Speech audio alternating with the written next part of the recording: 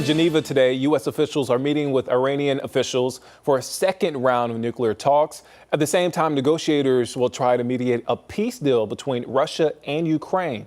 NBC's Alice Barr has the latest on both of the high-stakes meetings. Hi there. The Trump administration taking on big challenges today on these two long-standing disputes. Iran heads to the table following intense protests that some analysts believe weaken its position.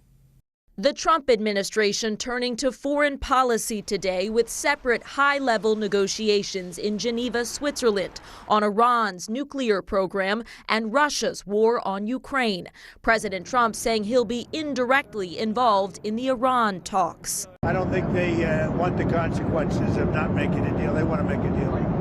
The president sending a second U.S. aircraft carrier to the region ahead of the talks, ramping up the pressure on Iran to curb its nuclear program, as Iranian officials signal some flexibility in exchange for sanctions relief.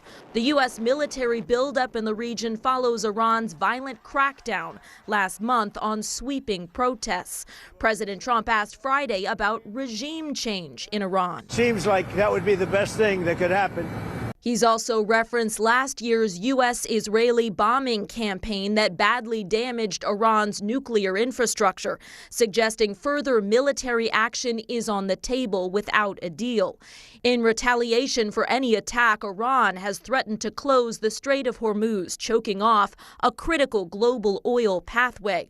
All as top Trump envoys tackle a separate challenge today, mediating negotiations between Russia and Ukraine. Whether Ukraine will have to give up territory remains a central sticking point, closing in on the 4-year mark of Russia's full-scale invasion.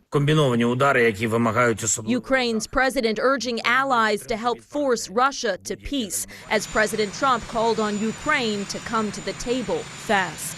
Back on Iran, officials there have said they won't entirely give up enriching uranium, which they claim is not intended for a nuclear weapon. That, though, likely to be a hard line for U.S. negotiators.